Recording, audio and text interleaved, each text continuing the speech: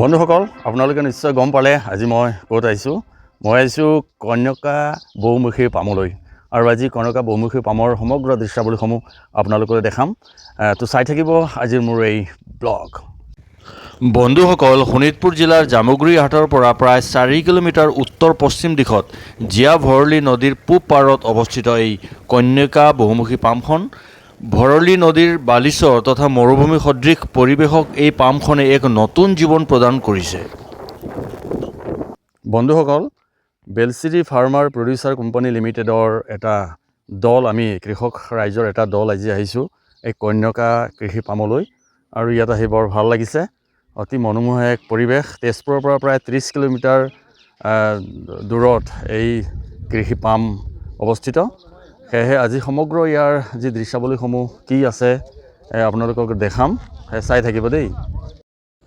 কৃষক ৰাইজৰ হিতৰ কাৰণে গঠিত বেলচিৰি ফাৰ্মাৰ প্ৰডিউচাৰ কোম্পানী লিমিটেডক এই যাত্ৰাত নেতৃত্ব দিছিল ATMৰ প্ৰজেক্ট কোঅৰ্ডিনেটৰ গুঞ্জন গৌৰৱ বৰা ছাৰ আৰু বেলচিৰি ফাৰ্মাৰ প্ৰডিউচাৰ কোম্পানী লিমিটেডৰ CEO নীলোৎপল বৰগোহাঁই ছাৰে।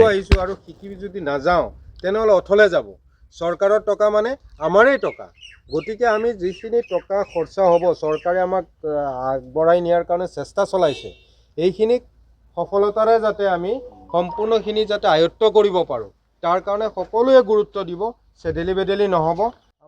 এই পামখনৰ তদাৰক তথা পৰিচালনাৰ দায়িত্ব থকা এখেতৰ পৰা আহকচোন বাৰু পামখনৰ বিষয়ে সবিশেষ জানি লওঁ। আমি এইখন নাৰ্চাৰী আজি কিছুদিনৰ পৰা আৰম্ভ কৰিছোঁ। ইয়াতে আমাৰ মূল্যৱান গছ গছনি আৰু কিছু ফল মূলৰ পুলিও ৰাখিছোঁ চেলিঙৰ কাৰণে নিব পাৰিব আমাৰ। তাৰপিছতে 800 বিঘা আমাৰ ফিচাৰী আছে, ৱাটাৰ বডিজ, 38টা পুখুৰী আছে, নাৰ্চাৰী পুখুৰী আছে আমাৰ 26টা, গৰু আছে 1200জনী, সেইবিলাক গুজৰাটৰ পৰা গিৰ অনা হৈছে, হাৰিয়ানাৰ পৰা চাহিৱাল। হয়, গৰুবিলাক বৰ্তমান এৰি দিয়া যায় আমাৰ ফিল্ডত, নিজৰ এৰিয়াৰ ভিতৰতে। তাৰপিছত আমাৰ মুৰ্গী মানে যিটো লেয়াৰ কণী প্ৰডাকশ্যনৰ কাৰণে আছে, আমাৰ ডেইলি 11,500 পৰা 11,000ৰ ভিতৰত কণী প্ৰতিদিনে উৎপাদন হৈ আছে বৰ্তমান। কল বাগান আছে 75 বিঘা, 25 বিঘাত প্ৰডাকশ্যন হৈ আছে। 50 বিঘাত আমাৰ টিচু কালচাৰ G9 কৰিছোঁ, সেইখিনি ফুলিবলৈ আৰম্ভ কৰিছে। তাৰ 25 বিঘামান 50 বিঘাৰ ভিতৰত, আৰু এই 25 বিঘাত আমাৰ মালভোগ আৰু অমৃতসাগৰ, চেনি চম্পা, আমাৰ অসমৰ যিবিলাক থলুৱা কল সেইবিলাক আছে। তৰমুজ খেতি 40 বিঘা আছে, প্ৰডাকশ্যন আৰম্ভ হৈ আছে, বিক্ৰী কৰি আছোঁ। এখন চিলড্ৰেন পাৰ্ক আছে ইয়াতে। আমাৰ শ্ৰদ্ধাৰ বিধায়ক পদ্ম হাজৰিকা ডাঙৰীয়াই এটা কথা অনুভৱ কৰিছিলে যে মাছ মাংস গাখীৰ কণী অসমত 21ৰ পৰা 25% উৎপাদন হয়, বাকী সোপাকে বাহিৰৰ পৰা অনা হয়। যে বাহিৰৰ পৰা অনা মানে বাহিৰলৈ আমাৰ পইচাবিলাক ওলাই যায়, যে ইকনমিক ডেভেলপমেণ্টটো আমাৰ পইচা ওলাই গ'লে কেতিয়াও নহ'ব। গতিকে পথাৰ আৰু বজাৰ আমাৰ আছে, খালি আমাৰ ৱৰ্ক কালচাৰটো লাগিব, আমি কাম কৰিব লাগিব আৰু আমাৰ অৰ্থনীতিটো সবল কৰিব লাগিব আৰু নিবনুৱাসকলক সংস্থাপন দিব পৰা যাব। বৰ্তমান আমাৰ ইয়াত প্ৰায় 250 জন আমাৰ পাৰ্মানেণ্ট ৱৰ্কাৰ আছে।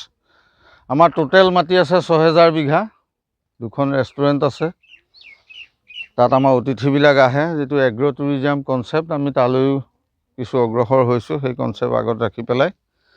নেমু বাগান আছে বৰ্তমান 30 বিঘা, যোৱা বছৰ এপ্ৰিল মাহত লগাইছিলোঁ, এইবাৰ ফুলা আৰম্ভ কৰিছে, লাগিছে। প্ৰডাকশ্যন যোৱা বছৰ লগোৱা, আমি চাম। নেমু, কল আৰু তামোল আমি একেলগে লগাইছোঁ। 20 বিঘা মাটিত আমাৰ মধুৰিআমৰ প্ৰডাকশ্যন হৈ আছে, আমি বাহিৰলৈ বিক্ৰী কৰি আছোঁ। ভৰলী নদীয়ে এৰি থৈ যোৱা এই চৰ অঞ্চলটো, এইটো তেনেই বালি আছিলে, আমি বালিটো মাটি কৰিবলৈ জৈৱিক পদ্ধতিৰে অৱলম্বন কৰি আমি ধনচা, গৰু গোবৰ এইবিলাক দি মাটিটো সাৰুৱা কৰি ল'বলগীয়া হৈছে। গতিকে আশা কৰিছোঁ আপোনালোকেও আমাক আহি উৎসাহিত কৰিছে। গতিকে আমি এতিয়া এফালৰ পৰা প্ৰথম ফিচাৰী চাবলৈ যাম। ফিচাৰীৰ পৰা এইপিনে ফিচাৰীৰ লগতে আমাৰ গাহৰি ফাৰ্মো আছে। আমি সকলোৱে জানো যে ৰাজস্থানৰ মানুহে মাছ মাংস নাখায়, কিন্তু গোটেই নৰ্থ ইষ্টত গাহৰিটো কিন্তু ৰাজস্থানৰ পৰা ছাপ্লাই কৰি আছে। গতিকে আপোনালোক সকলোৱে জানে, কাৰণ আমি একে কৃষক সকলো, ময়ো কৃষক, গতিকে আমি গাহৰি উৎপাদনো কৰি আছোঁ। গাহৰি আমাৰ উন্নত ব্ৰিড আছে, আমি সেইবিলাক দেখুৱাম আপোনালোকক, ব'লক। স্বাগতম ভৰলী পৰিয়া কন্যকা বহুমুখী পাম মৎস্য পালন ক্ষেত্ৰ। এনেদৰে ইয়াত বিভিন্ন সৰু সুৰা যি পথ আছে, এই পথেদি ইয়াৰ যি কৃষি পামৰ আনন্দ আপোনালোকে ল'ব পাৰে।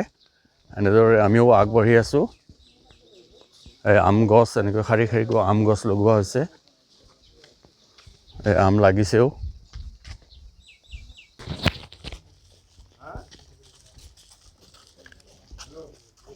ইয়াত কেইবাটাও ফিচাৰী আছে, ডাঙৰ ডাঙৰ পুখুৰী আছে মৎস্য পালনৰ বাবে।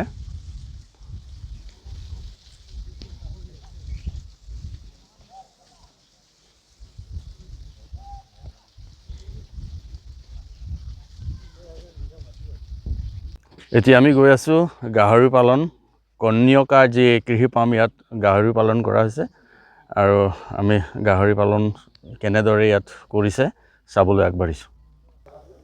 যিহেতু গাহৰি পালন অতি লাভজনক ব্যৱসায় বুলি কোৱা হয়, সেয়েহে ইয়াত এনেদৰে ৰাইজক উদগনি দিয়াৰ বাবে এচাক এনেদৰে গাহৰি পালন কৰা আমি ইয়াত দেখিবলৈ পাইছোঁ। বেলশ্ৰী ফাৰ্মাৰ প্ৰডিউচাৰ কোম্পানী লিমিটেডৰ যি কৃষক, তেখেতসকলেও এইটো দেখি গাহৰি পালনৰ প্ৰতি আকৰ্ষিত হ'ব বুলি মই ভাবোঁ।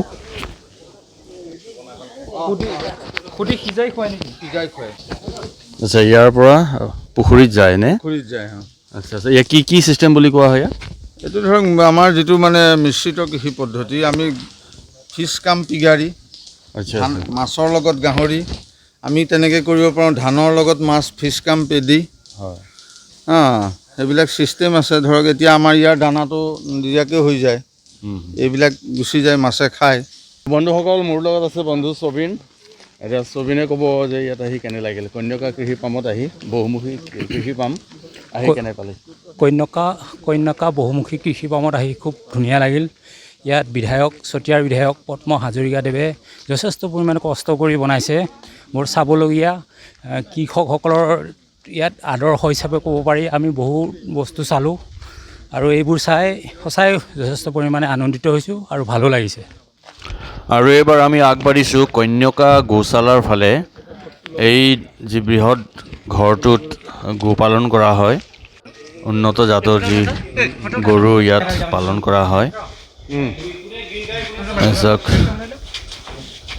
ডাঙৰ গৰু অৱশ্যে অসমৰ নহয়, এইটো বাহিৰৰ হ'ব। এনেদৰে যি বৈজ্ঞানিক পদ্ধতি অনুসৰণ কৰি ইয়াত গো পালন কৰা হয়। এয়া এই বগা দেখি আছে আপোনালোকে, পাঞ্জাৱৰ গিৰ গাই বুলি জানিবলৈ পাৰিছোঁ। আৰু ইয়াত আচলতে ইমান বেছি পৰিমাণৰ গৰু আমি দেখিবলৈ পোৱা নাই, বাহিৰত চৰাবলৈ লৈ যোৱা বুলি আমি গম পাইছোঁ।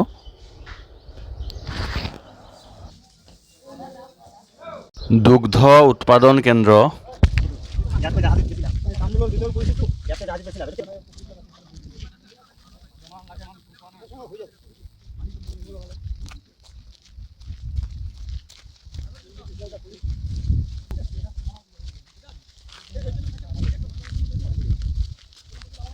নেমু, তামোল, কল, মালভোগ কল একেলগে। চাওকচোন কি সুন্দৰ দেখিবলৈ ভাল লাগিছে। চাৰিওফালে নেমু আছে, নেমু লাগিছেও, আৰু তামোল গছ, লগতে কলগছ, মালভোগ কলৰ যি বাগান ইয়াত দেখিবলৈ পোৱা গৈছে কন্যকা বহুমুখী পামত। সঁচাই দেখি বৰ ভাল লাগিল। আচলতে কন্যকা বহুমুখী পাম এতিয়াও সম্পূৰ্ণ হৈ উঠা নাই। ইয়াত যি নাৰ্চাৰীৰ পৰা আদি কৰি ফল মূলৰ যি বাগানবোৰ নতুনকৈ লগাই থকা হৈছে, আৰু এয়া সভাগৃহ আৰু সভাগৃহৰ সন্মুখত আছে নতুনকৈ নিৰ্মাণ হৈ আছে শিশু উদ্যান, চিলড্ৰেন পাৰ্ক।